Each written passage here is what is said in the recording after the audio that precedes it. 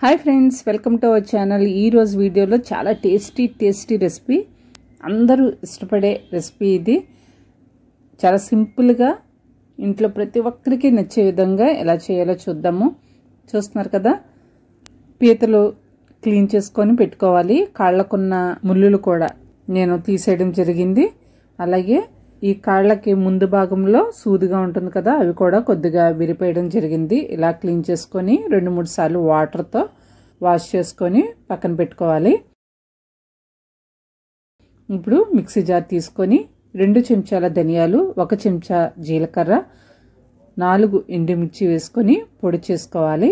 ఇలా చేసుకున్న పొడిని ఒక బౌల్ లోకి తీసుకొని పక్కన పెట్టుకోవాలి। ఇప్పుడు పెద్ద ఉల్లిపాయలు 3 తీసుకొని పెద్ద ముక్కలుగా కట్ చేసుకొని పెట్టుకోవాలి। ఇలా పెద్ద ముక్కలుగా కట్ చేసుకున్న ముక్కలను మిక్సీ జార్ లో వేసుకొని పేస్ట్ లాగా చేసుకోవాలి। నేనైతే చిన్న జార్ లో చేస్తున్నాను। 2 సార్లు మిక్సీ పట్టుకోవాలి, ఎందుకంటే ఎక్కువగా ఉన్నాయి కాబట్టి। ఇలా ఒకసారి వేసేసుకొని పేస్ట్ చేసుకొని ఒక బౌల్ లోకి తీసుకొని పెట్టుకోవాలి। తర్వాత మిగిలిన ముక్కలను కూడా మిక్సీ జార్ లో వేసుకొని ఫైన్ పేస్ట్ లాగా చేసుకొని బౌల్ లోకి వేసుకోవాలి।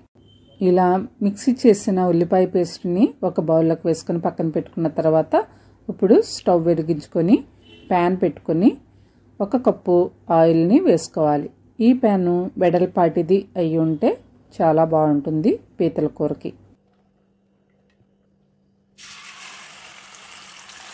1 కప్పు నూనె వేడెక్కిన తర్వాత మనం మిక్సీ చేసి పెట్టుకున్న ఉల్లిపాయ పేస్ట్ ని వేసుకొని ఒకసారి బాగా కలుపుకొని 4 రెబ్బల కరివేపాకు, 8 పచ్చిమిర్చి చీలికలను, అలాగే అల్లం వెల్లుల్లి పేస్ట్ 2.5 స్పూన్లు వేసుకొని బాగా కలుపుకొని ఉల్లిపాయ పేస్ట్ లో ఉన్న నీరంతా ఎగిరిపోయే వరకు వేయించుకోవాలి।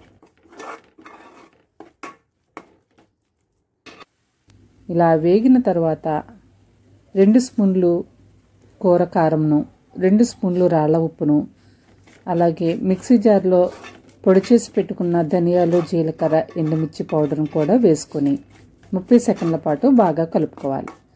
ఇప్పుడు 1 కప్పు చింతపండు రసాన్ని వేసుకోవాలి।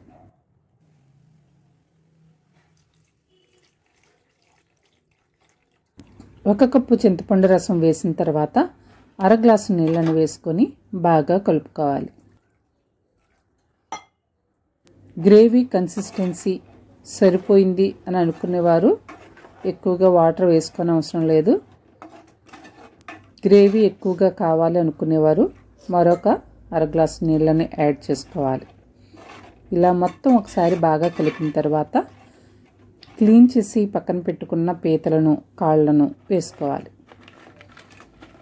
ఇలా చేతితో వాటిని సెట్ చేసుకొని మూత పెట్టుకొని మీడియం హీట్ ఫ్లేమ్ పెట్టుకొని 2 నిమిషాల పాటు కుక్ అవ్వనివ్వాలి। ఒకసారి క్లాత్ పట్టుకొని ఇలా ప్యాన్ పట్టుకొని కదిపితే అవి సెట్ అవుతాయి। ఇలా మూత పెట్టి 2 నిమిషాలు కుక్ అయిన తర్వాత ఒకసారి మూత తీసి ఉప్పు కారాలు సరిపోయేమో చెక్ చేసుకొని ఏదైనా తక్కువ ఉంటే యాడ్ చేసుకోవాలి। నాకైతే ఉప్పు తక్కువ అనిపించింది, 1 చెంచా రాళ్ళ ఉప్పుని వేస్తున్నాను। ఉప్పు వేసిన తర్వాత ఒకసారి బాగా కలుపుకొని మూత పెట్టుకొని మరొక 2 నిమిషాల పాటు మీడియం ఫ్లేమ్ మీద ఉడికించుకోవాలి।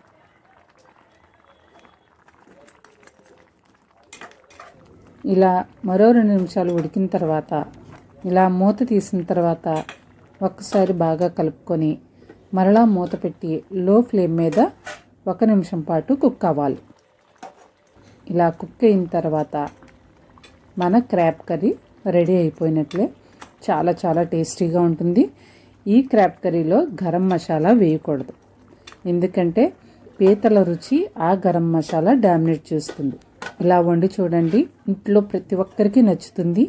ఇలా ఈ పద్ధతిలో వండితే వండిన ప్రతిసారి కుటుంబ సభ్యులందరికీ నచ్చుతుంది ఈ పీతల కూర।